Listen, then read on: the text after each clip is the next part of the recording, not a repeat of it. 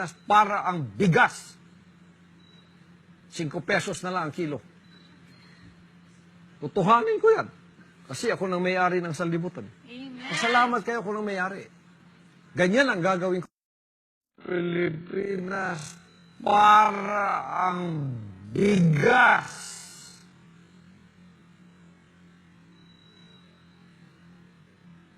5 pesos na lang kilo.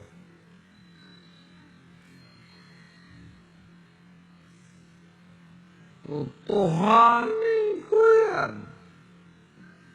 Kasi ako na may-ari ng sanlibutan.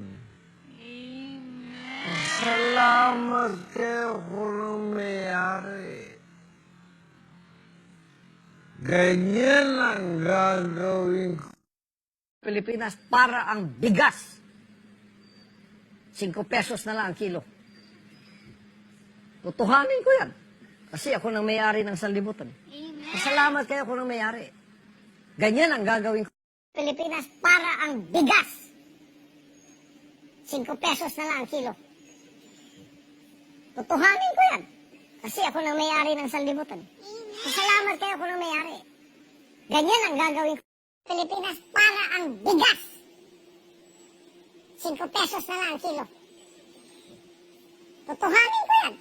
Kasi ako nang may-ari ng sanlibutan. Pasalamat kayo ako nang may-ari. Ganyan ang gagawin ko. Pilipinas para ang bigas. 5 pesos na lang ang kilo. Tutuhanin ko yan.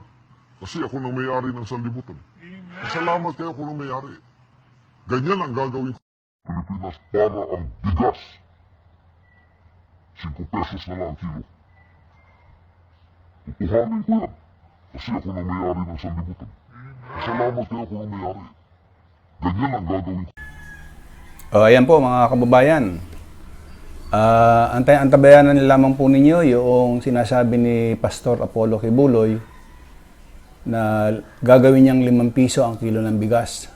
Doon po sa mga mahilig kumain ng kanin at medyo namamahalan po kayo sa presyo ng bigas sa ngayon, antabayanan po niyo yung sinasabi ni Pastor Apollo Quiboloy na magiging 5 piso ang kilo ng bigas. Ano po? Kasi siya na raw po yung may-ari ng sanlibutan. Tingnan po natin kung magagawa po niya ito. O nawa po, sumatin po ang biyaya, awa, habag, pagpapala, pag-ibig ni YAHWH. Marami pong salamat sa bawat isa.